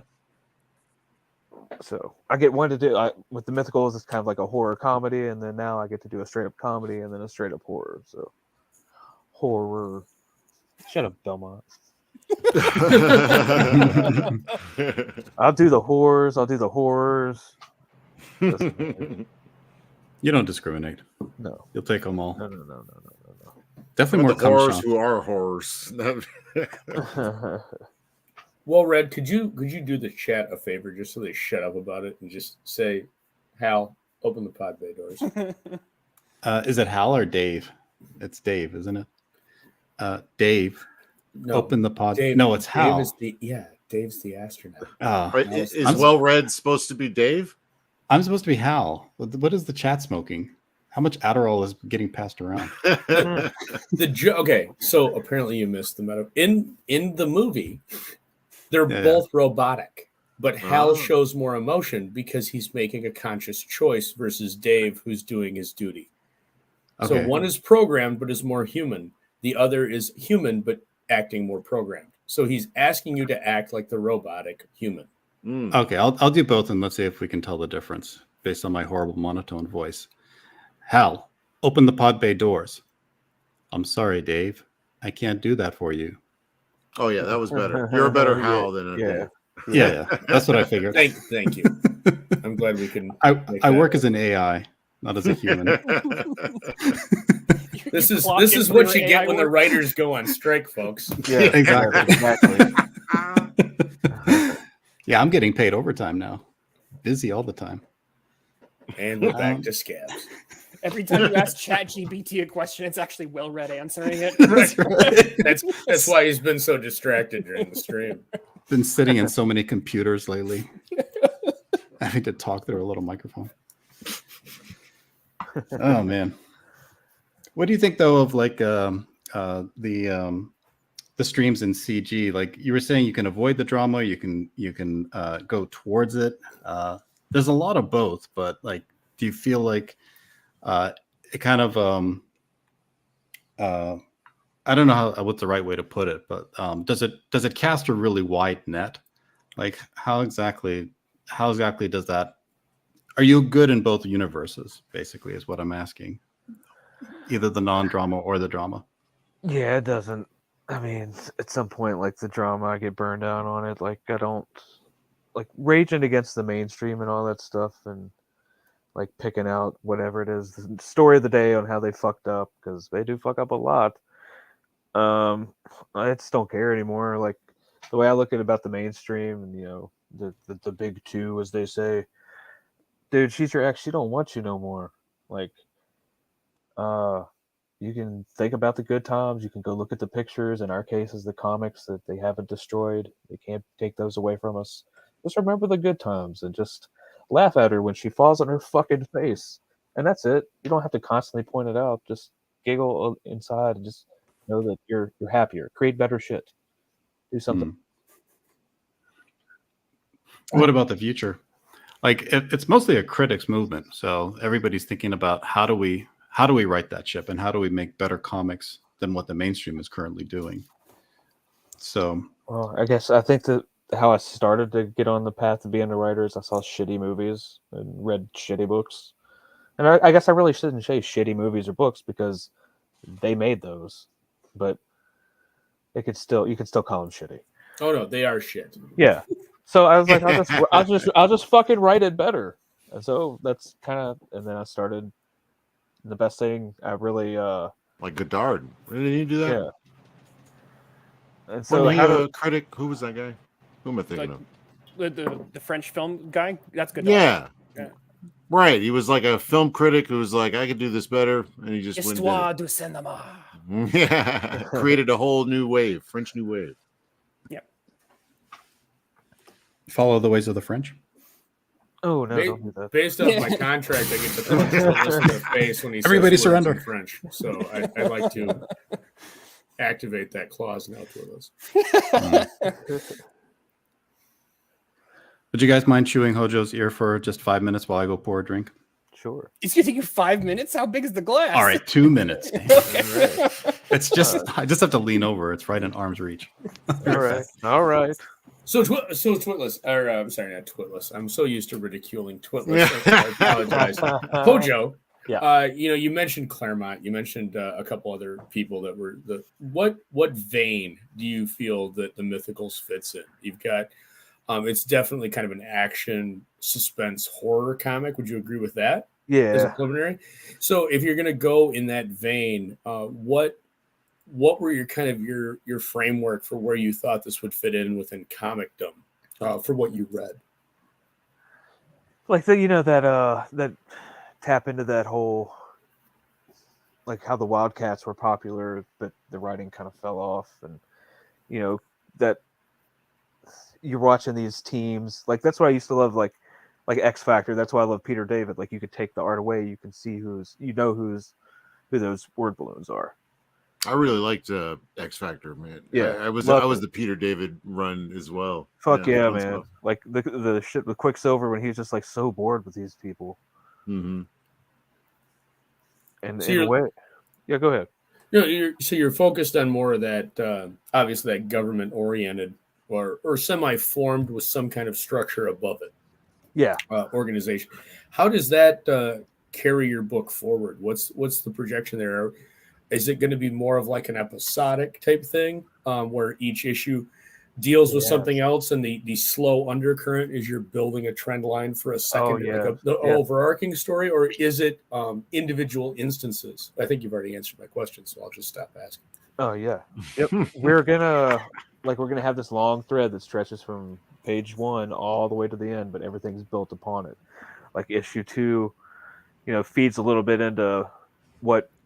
I can't believe I left off the thing with the building, like DOI, Department of the Interior. Like it takes place in Washington, D.C. I gave him a reference of Department of the Interior. It doesn't have like Department of the Interior on the front, but I guess in this it can. So that's what it says, like the big sign on the front, like as she walked in the thing. But I probably should have gotten taken care of that one too. But like that's like I said, man, that's why I'm here. Like a lot of what you should do is like when you show the other headquarters, like the main headquarters, it should have the biggest damn deal I saw. Right. Well, actually, it doesn't. The panel where she's walking into the interview has no placard or signage that shows that it's Department of Interior. That's on page 5. Okay. Is it? Yes. She's walking in. She says, here we go. You got this, girl. Let's dazzle them. Which, honestly, all the other thing, minor pick. Anytime you put the word dazzle in bold, I immediately think of Dazzler, and that's an immediate check mark in the negative column. She's lame. Fuck Disco. There we go. Okay, that's erased. Yes, all right. How much you fought Juggernaut? Stop, Twitless. Do not defend Dazzler. I will fucking eviscerate you. Yeah. Dude, when they used she to have didn't win. That was the cool part. That's the only black mark on Shooter's career, and we're never going to talk about it because Shooter is God. Listen. I agree with you. I Shooter is great. Oh, Except for the time where he gave this. a BDSM outfit to like Innocenti. What? How are you this socially awkward? Come on, let's make fun of Dazzler. Yeah, guys, Yeah. focus your hate. Yeah, Please. yeah, like the old arcade game. Do you guys remember that? Like she was one of the characters. Unfortunately, like we were playing it, and this guy come up and he picked Dazzler. We all looked at him. My friend looked at me and said, "Hey man, get the fuck out of here." That's how bad it was. Did you beat his ass outside? No, but I was just like, "What the fuck? Who picked?" And I was like, "Who would do that?" He's like, "Yeah, well, I can't say what he called him, but yeah." So A fig. yeah, a fig, an English cigarette. He called her that. Yeah. I mean, there was a lot of weak X-Men characters. So, what do you think about that? Like, do you try to trim your roster down to just the characters you think are the strongest, or do you feel like you have some weak links too? Yeah, there's a weak link. You always almost have to. Like, no team's perfect. Like, I was in the military. Like, at least on all the squads I was in, nobody's perfect. And I kind of bring that to this too. Like the realism and to be able to take characters. I've met some fuck. You think CG is crazy? Just imagine being around trained killers that just all they want to do is just shoot somebody, and the shit that we say Sounds like my family. Yeah, and then like and the shit that we give each other. It's just like we're in the middle of something be so stressful, and then like somebody farts and we all just start laughing. Sounds like my family. Yeah, there it is. There it is. I don't know. Like a weak link though can be also like a real strong driver for a story. It can. Most Ooh, it interesting. can. Yes. Yeah. Like I don't know. Maybe people disagree with me. I always thought Kitty Pryde was really an interesting choice for Chris Claremont to focus on as a character. A lot of growth in that one. Well, yeah. Why? I mean, like, what? What'd you say?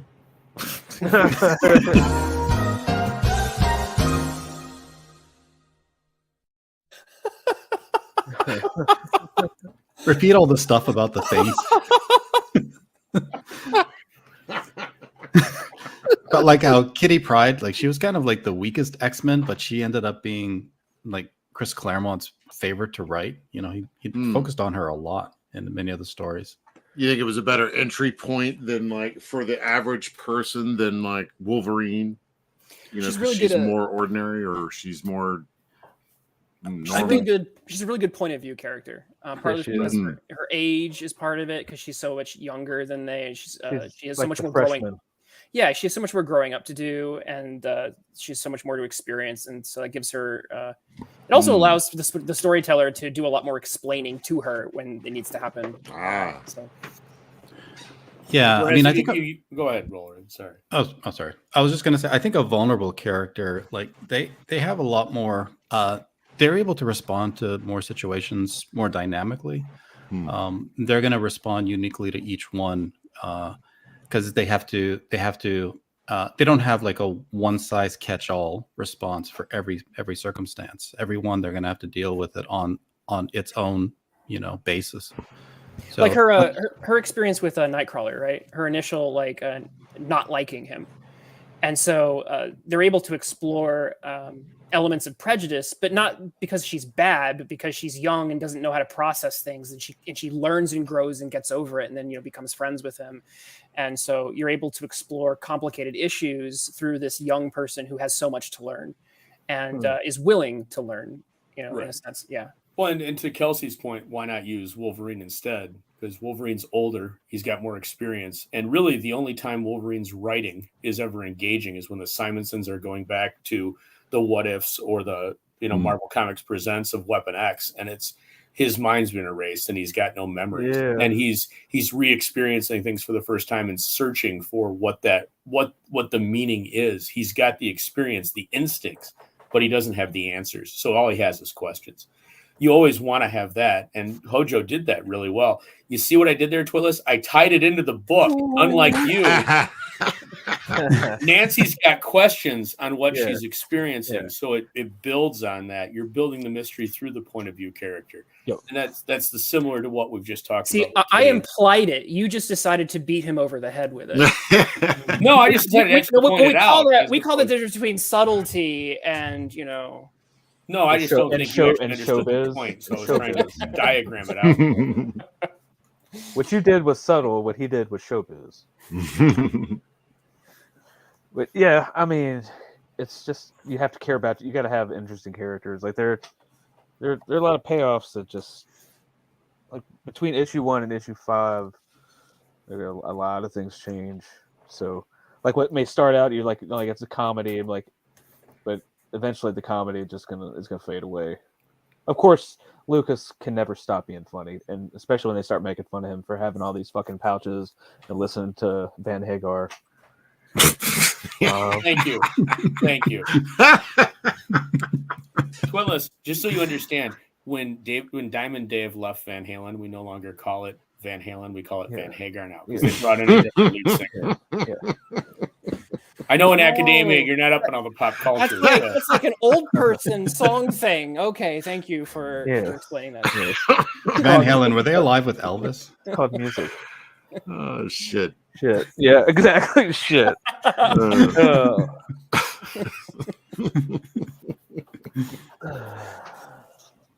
man, we're all gonna die. Yeah, but it's gonna be a fun fucking ride, though. But hell's gonna be a lot of fun because we're all gonna be there. Yeah, we're all gonna die tonight.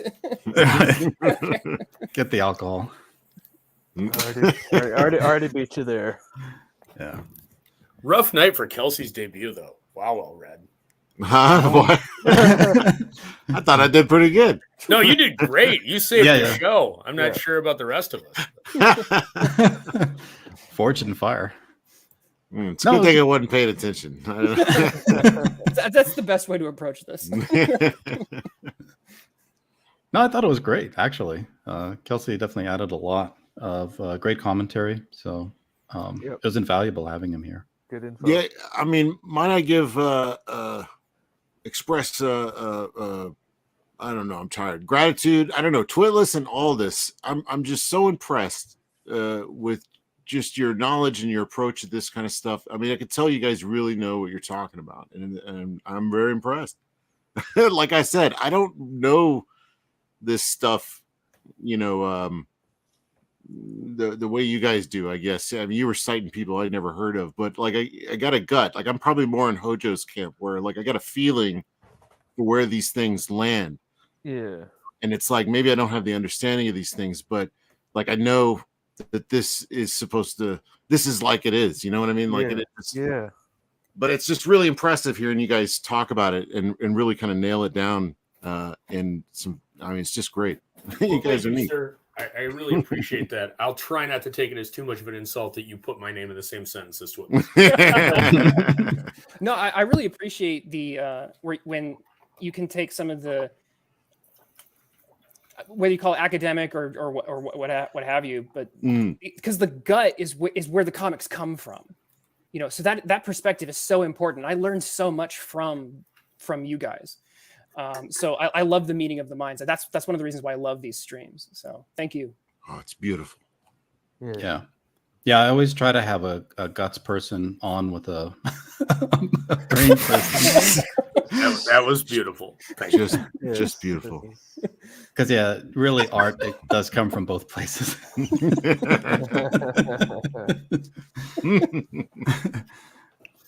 Well, I guess that's a nice note to leave things off on. So, guys, it was great having you all here. Thank you very much to the panel, all your views. Guts and Glory. And Hojo, it was wonderful talking about your book. Thank you very much. Yeah, thanks for having me. Yeah, the advanced copy was really enriching for us to be able to go through it with you. So, and coming on. I hope you also enjoyed the experience. I know it's probably awkward, to come and talk about your work, but yeah, it's not a big deal. Cool. So, I'm always awkward, so it's I'm a big boy. Yeah. Well, thank you so much, Kelsey, for joining us. This was an honor. Thank you, Walred, for having me on. Hojo, it was a pleasure for being here. Thanks to the chat. Yes. Yep. Oh, wait. Chat. I knew it. Hey, Whoa. good to see you. Everybody, thanks a lot for watching. Hail to the chat, and look forward to the next review. I'll probably have. I'm not going to give it away actually, so we'll save that for next time. But stay tuned, and once my ban is lifted, I'll be back on my channel. Make sure you go and sub to my channel if you're new. Don't just give JD all the subs for tonight. Give me a little too, please. Hey, when Tired are you of going to losing review them. the rest of Norris Saga? That's what I want to know. Somebody did tell me they have the omnibus, so I do have to get on that. Definitely. I'll see if I I'm got any really copies. I want the rest of it. I want to hear what you think of the rest of it. I'm okay. dying to know, honestly. I'll definitely move that up on the docket since you're letting me Sweet. know that you want to see that done. Heck yeah. Okay, so look forward to that, guys. Nora Saga coming tomorrow night. I gotta give you a little more time than that. Yeah. But definitely soon, guys. So thanks a lot for tuning in, and we'll see all of you really soon. Have a good night. Bye. Call the singles connection. You never know where it might lead. Go ahead. Call. Yeah, it was a bad idea.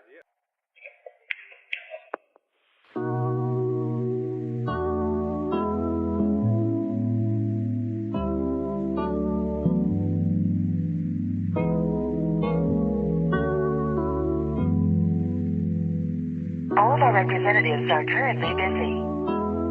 Please stay on the line, and your call. That into meat. Give your meat a good old rub. That's it. Nice and hot. Hot and spicy meat. Yeah, boy. Yeah, boy. Yeah, boy. Jerk chicken. Jerk it.